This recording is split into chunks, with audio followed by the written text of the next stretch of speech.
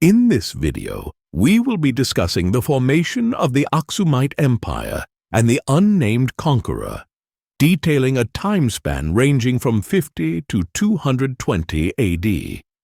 During this period, the Horn of Africa witnessed one of the greatest conquerors the region has ever seen, if not the greatest. During his reign, he united the fragmented Habesha city-states and expanded his empire across northeast Africa and Arabia. After his conquests, this ruler built a throne of marble at Adulis to commemorate his achievements. It is from the inscription on the side of this throne that we gather most of our information today, in addition to primary texts from South Arabia, Greek, and Rome, in addition to scholarly analysis by historians such as G.W. Bowersock. As with many events in classical history, we may never know what truly happened. This uncertainty is exacerbated by the removal of the section detailing the king's name on the throne by the time Cosmas copied the inscription in the 6th century AD. Some claim the Aksumite king Sembraudes wrote the inscription, while others attribute it to a king of Adulis. Although we may never be certain, we can make educated guesses using the available information. It's important to remain unbiased when analyzing historical data. All people encompassing the modern-day region of the Horn in southern Arabia can be proud of Aksum's past. For more detailed information about this video's contents, please check out the article covering this topic linked below.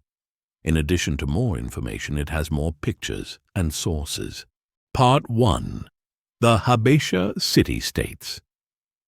This section covers a time period between roughly 50 AD to 150 AD. Not much information is known about this particular period, and thus only educated assumptions can be made. We do have some Greco-Roman texts written during this period that allow us brief insight into the highlands at this time. During the 1st century AD, the northern Ethiopian and Eritrean highlands were likely composed of various city-states and large chieftains who held dominion over their respective territories. For example, Adulis, on the northern coast, was one of the largest trading ports in the Red Sea at the time. It had existed for centuries, and many merchants and travelers passed through this port.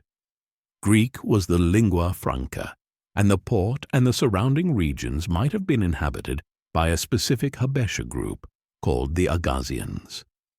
Another significant entity was Yeha, situated northeast of Aksum, which predated Aksum by several centuries. Yeha was an established political center for a pre-Aksumite group called the Agames.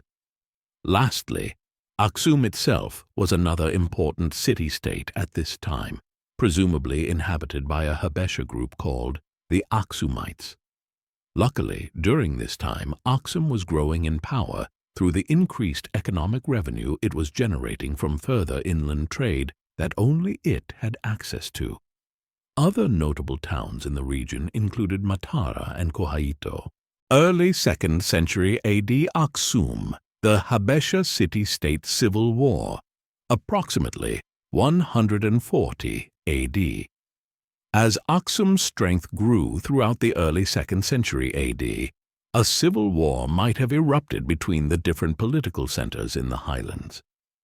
Although we don't have concrete evidence regarding this, an interesting reference from the Roman philosopher Aelius Aristides, who wrote around 144 AD, mentions a war occurring in the Red Sea region. This likely refers to a civil war among the Habesha city-states at this time. Participants might have included Adulis, the Aksumites, and surrounding areas, with potential external influences from southern Arabian states like Himyar or Saba. It is very likely that the strength of the Aksumites, bolstered by increased trade, grew to the point where they could exert influence and challenge the pre-existing dominion at Adulis. The result of these civil wars was an Aksumite victory, evidenced by a royal palace being built at Aksum around 150 AD, as noted in Ptolemy's geography. The reference to a palace suggests the existence of a king or a ruling authority in the city at that time. The wealth and power of Aksum was certainly growing during this period, likely already eclipsing other city-states such as Kohaito and Adulis. As trade increased with Rome and southern Arabia, Aksum's unique inland location provided it with access to vast resources from the surrounding areas, unlike Adulis, which was closer to the coast. It was likely under these conditions that Negus GDRT's family attained greater power at Aksum after the previously mentioned civil war. However, Aksum did not yet exert direct control over much of the territory that would later become the core of the Aksumite kingdom. We can infer this from the fact that Ptolemy still chose to separately refer to the inhabitants of Adulis as Adulitai, indicating that full control wasn't established yet.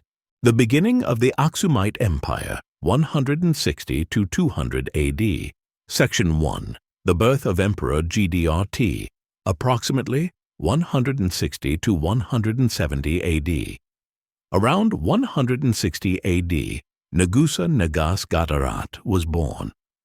The name GDRT, as found in historical records, is unvocalized, leading to various interpretations and vocalizations by scholars.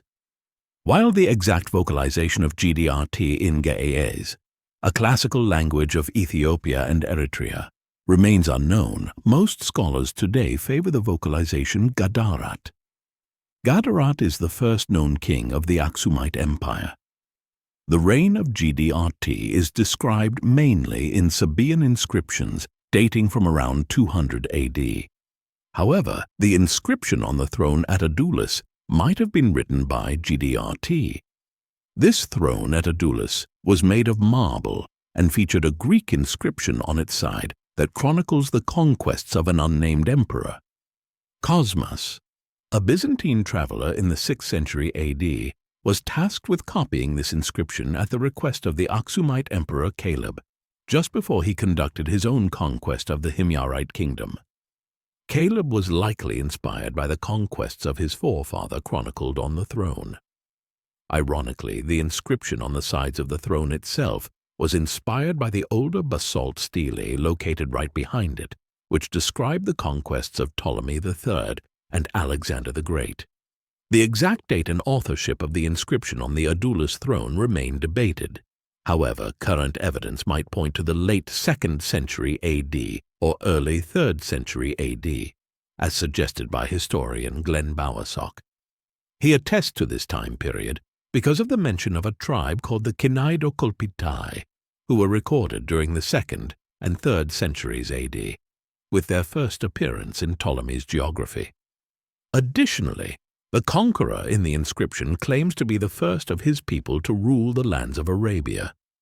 No evidence of Aksumite presence in southern Arabia prior to approximately 200 AD during the reign of GDRT has been found.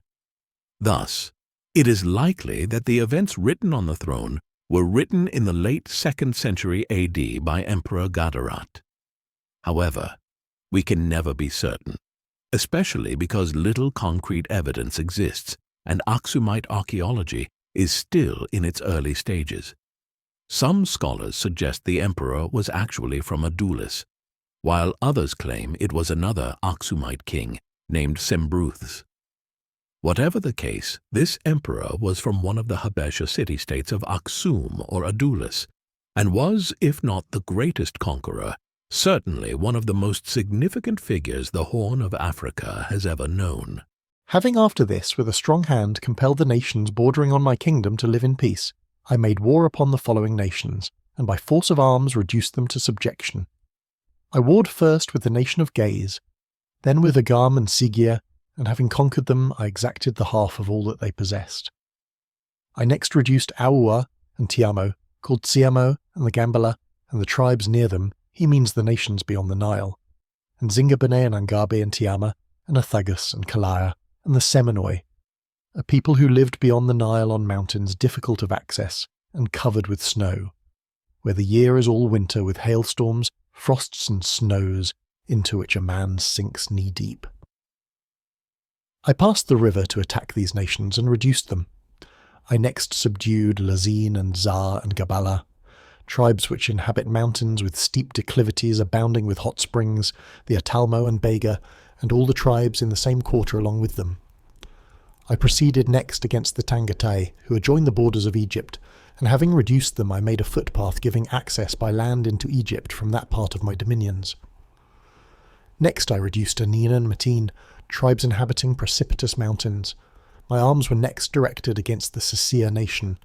These had retired to a high mountain difficult of access, but I blockaded the mountain on every side and compelled them to come down and surrender. I then selected for myself the best of their young men and their women, with their sons and daughters and all besides that they possessed. The tribes of Rauzi I next brought to submission, a barbarous race spread over wide waterless plains in the interior of the frankincense country. Advancing thence towards the sea, I encountered the Solat, whom I subdued, and left with instructions to guard the coast. All these nations, protected though they were by mountains all but impregnable, I conquered after engagements in which I was myself present. Upon their submission I restored their territories to them, subject to the payment of tribute. Many other tribes besides these submitted of their own accord, and became likewise tributary, and I sent a fleet and land forces against the Arabati and Sineda Colpite, who dwelt on the other side of the Red Sea, and having reduced the sovereigns of both, I imposed on them a land tribute and charged them to make travelling safe, both by sea and by land. I thus subdued the whole coast from Lus come to the country of the Sabaeans. I first and alone of the kings of my race made these conquests. For this success I now offer my thanks to my mighty god Ares, who begat me, and by whose aid I reduced all the nations bordering on my own country, on the east to the country of frankincense, and on the west to Ethiopia and Sassu.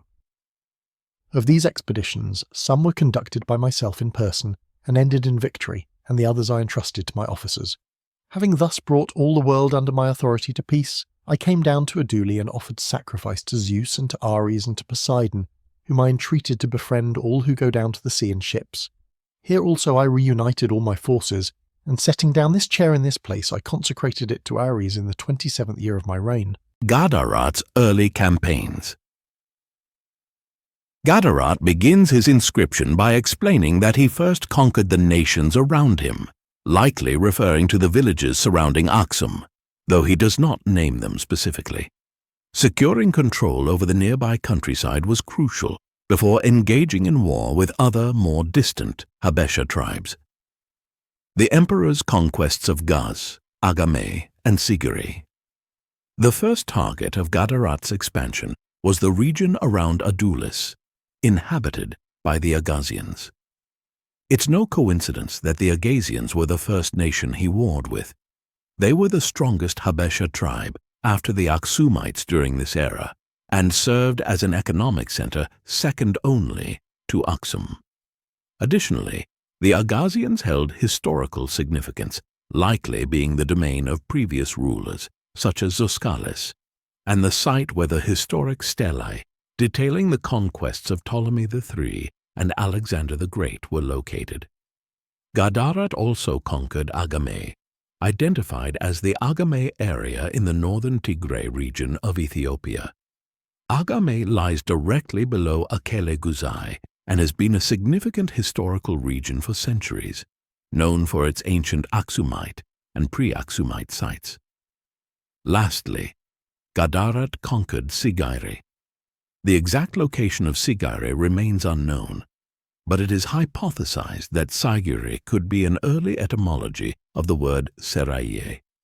Seraye is a region located to the south of modern-day Akele Guzai and to the northeast of Agame. After completing these conquests, Gadarat claimed to have imposed a tax amounting to half of all the conquered region's assets. While this figure may be exaggerated, it is likely that a significant tax was indeed levied on the land, people, and resources. Further conquests: Awa, Tiamo, and Gambela. After Gadarat successfully conquered the main city-states of the Habesha people, securing vital resources and soldiers to bolster his army, his next objective was to consolidate control over the remaining pockets of Habesha towns. This consolidation was crucial for maintaining the stability and unity of his growing empire. First, he conquered Awa, which likely to correspond to modern Adwa, a historically significant town in the Tigray region of Ethiopia. Capturing Adwa would have been a strategic move to control a vital part of the Tigray region, given its central location and historical importance. Tiamo, also referred to as Tsiamo.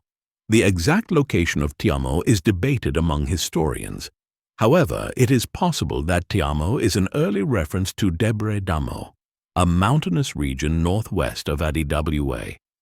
Debre Damo is renowned for its ancient Aksumite church and monastery. The area has played a significant role throughout Habesha history, and controlling it would have added strategic value to Gadarat's empire due to its unique mountainous terrain, acting as a natural fortress. Gambelag might refer to areas around Welkite, Kafta Humera in Tigray, and Gash Barka in Eritrea. Some of these regions are inhabited by the Kunama people today. The name Gambela, derived from the Anuak language meaning gam, to catch, and bella, tiger, might have been used by the Habesha people to describe the Kunama, Nara, and other Nilotic tribes because of their distinct cultural practices. Zingabini, Angabe, and Tiama, Athagaios, and Kala. In the third batch of conquests, Gadarat mentions 5 different tribes that he had conquered. The exact locations of these tribes remain unknown to us today. However, by examining the known locations of his previous conquests and his subsequent conquest of the Semien Mountains, we can infer that these tribes were located somewhere south of Aksum, but north of the Semien Mountains, likely around the area of modern-day southeastern Tigray. Conquest of the Seminoi Gadarat's expansion continued further south into Seminoi. The emperor's description of the Seminoi aligns with the Semien Mountains. He describes them as people living beyond the Nile in mountainous areas that are difficult to access, covered with snow, and experiencing harsh climates with hailstorms, frost, and deep snow. This description unmistakably points to the Semien Mountains, still known for their rugged terrain and severe weather conditions. Conquests Lazin, Za, and Gabala. From there, he states his next conquests were of the tribes of Lazin, Za, and Gabala, who are described as inhabiting mountainous regions with downward slopes and hot springs. This description likely refers to the lowland region surrounding the Danakil Desert, known for its extreme heat, hot springs, and areas below sea level. These regions are adjacent to the mountainous highlands, suggesting that GDRT led his army from the mountains down into what is now the Afar region, an area still known for its hot springs and one of the harshest climates on Earth. Conquest of the North, Atalmo and Bega. After Negus Gadarat conquered the Dankali region to the west, he pushed north, moving past Adulis and further into Beja territory, Atalmo. The exact location of Atalmo remains uncertain, but it is speculated to be a tribe situated between the Danakil Desert and the Beja territories, possibly north of Adulis. This placement would make sense as the Beja are the next group specified in his conquests. Bega identified with the Beja people. This conquest extended the emperor's influence north of Adulis into what is now Suakin, Sudan. The Tangatai, a powerful Beja tribe, was said to border Egypt. The emperor's conquest of the Tangatai suggests that his military campaigns extended as far north as Berenice in Egypt, thereby establishing a land route into Egypt under his control. By pushing into these northern regions, Gadarat significantly expanded the Aksumite Empire's reach. Conquering Atalmo and the Beja territories not only increased his domain, but also secured vital trade routes and resources, further consolidating his empire's power and influence in the region. Conquests of the south. Conquests of Anine and Metine. After Gadarat had subdued the various Beja tribes, he likely returned to Aksum to further consolidate his new conquests. His subsequent campaigns targeted regions to the south of the Ethiopian and Eritrean highlands, specifically near Somaliland. First, he conquered the Anine and Metine tribes.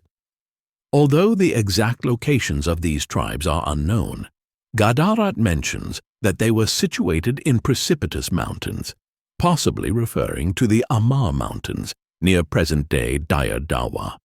Conquest of the Sisiya nation. The Sisiya nation, likely located near modern-day Somaliland and Djibouti, was significant due to its strategic position along the Red Sea. Controlling this region meant dominance over crucial maritime trade routes. Gadarat's siege and subsequent conquest of these tribes, who had hidden in the mountains, resulted in substantial loot and prisoners of war, enhancing the empire's wealth and labor force. The Sisiya may have etymological connections with the Issa clan of Somalia, who inhabit northern Somaliland to this day. Rausi tribes. These tribes lived in waterless plains in the interior of the frankincense country, likely inland areas of Somaliland. Following his inland campaigns, Gadarat returned towards the sea and conquered Solate, likely situated further along the coast of Somaliland. After successfully conquering the lands in Barbaria, Gadarat the Aksumite Emperor took several strategic steps to consolidate his power and expand his empire further. The newly acquired territories provided him with additional resources through taxation and reinforcements for his military forces. With these reinforcements and resources in hand, Gadarat returned to Aksum to plan his next major campaign, the conquest of the Arabian states. Gadarat's ambition to conquer the Arabian states was driven by both military and economic motives.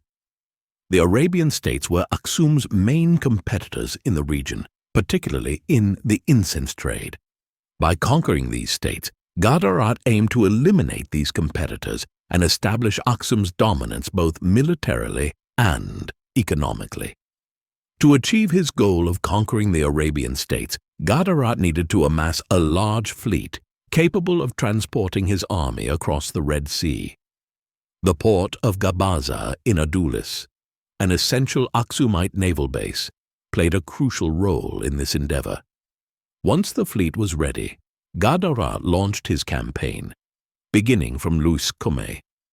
Luscome was a historical port of the Nabatean kingdom, which had been annexed by Emperor Trajan of the Roman Empire and was largely defunct at the time. While Gadarat did not conquer Luscome itself, he established control up to this strategic point, thereby creating a direct and unfiltered trade route with Rome. He first targeted the Kinaido-Kolpitai, a tribe inhabiting the northeastern Arabian coastline. After subduing them, he moved further south to conquer the Arabitai. His campaigns extended to all lands up to, but not including, the Sabaeans. These conquests did not imply direct rule over the newly acquired territories as seen in the core of the Aksumite Empire.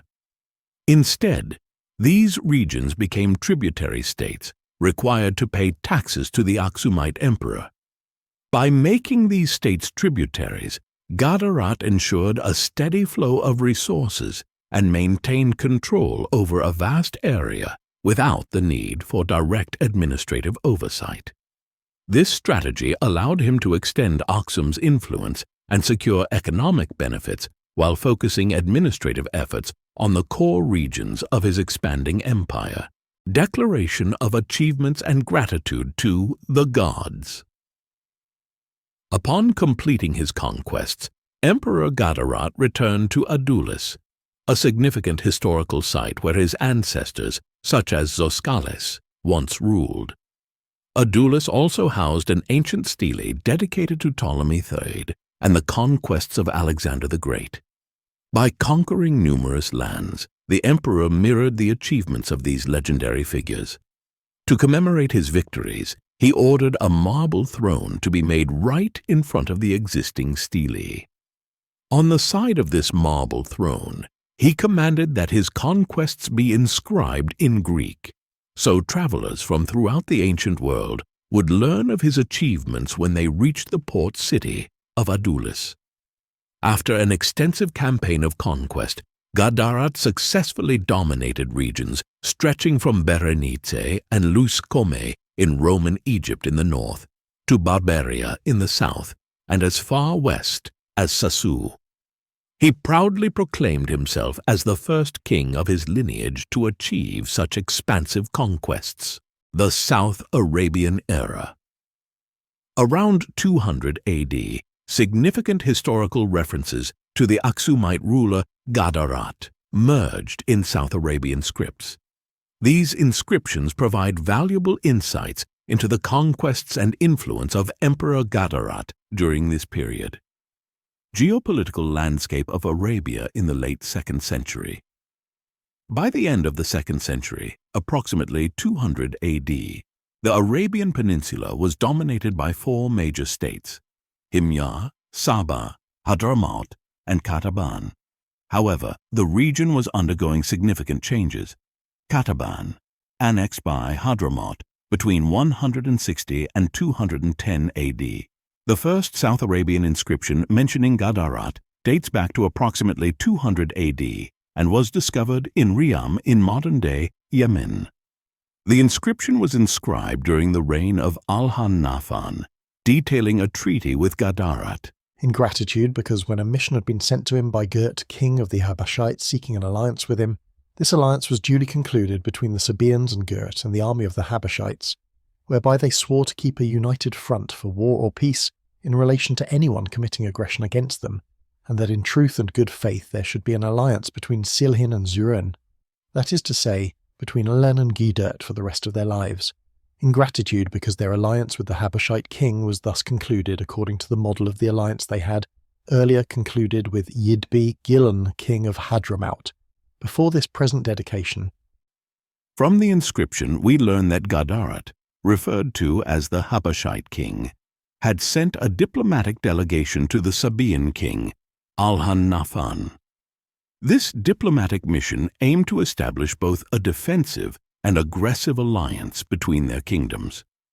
In line 14 of the inscription, there is a reference to between Silhin and Zern, which signifies the territories or residences of the two kings. Silhin, vocalized as Salhen, is the name of the palace where King Al-Hannafan resided, suggesting that Zern referred to the palace or residence of King Gadarat. The First Aksumite War against Himyar approximately 220 AD, after the death of the Sabaean king Al-Hannafan, his son Sha'ir-Autar ascended to the throne. The previously strong alliance between Saba and Aksumite deteriorated under Sha'ir-Autar's rule. Subsequently, a new alliance was formed between Sha'ir-Autar and Liaz Yanuf Yushastik, the new ruler of Himyar. Supported by Sabaean troops, Himyar managed to conquer Hadramaut, significantly altering the balance of power in the region. Following the betrayal by Saba and the rising power of Himyar, which had recently conquered Hadramaut, Himyar's increased economic and political influence became a concern for the Aksumite king Gadarat. In response, Gadarat declared war on Himyar. He dispatched his army and a fleet of ships across the Red Sea with his son Bygt, vocalized as Begat, leading the invasion. The Aksumite forces managed to occupy the Himyarite capital, Zafar, demonstrating their military might. However, this conquest was short-lived. The Aksumite forces faced a significant defeat from the combined might of both Sabaean and Himyarite troops, and were eventually forced out of the Himyarite region. Despite this setback, Aksumite retained control over areas north of Saba, such as Najran, which they had previously conquered. Around 220 AD, King Gadarat passed away, as this is the last recorded mention of him in any inscriptions. His death marked the end of an era for Aksum. Gadarat was not only an emperor, but also a conqueror, administrator, and strategist. During his reign, he transformed from a petty city-state king of Aksum into an emperor whose influence extended to the borders of Roman Egypt, spanning 2 continents. Over land and sea, he conquered more than a dozen nations in the Horn of Africa and Arabia. He engaged in the complex politics of the southern Arabian kingdoms of Sabah and Himyar, culminating in an ambitious invasion of Himyar. Although this invasion ultimately failed, his legacy endured for centuries. His remarkable achievements and enduring influence inspired future Aksumite leaders, including Emperor Caleb, who successfully conquered Himyar in the 6th century AD. Gadarat's reign stands as a testament to his exceptional leadership and the far-reaching impact of his empire. Thank you, everyone, for watching this documentary. I hope you enjoyed it.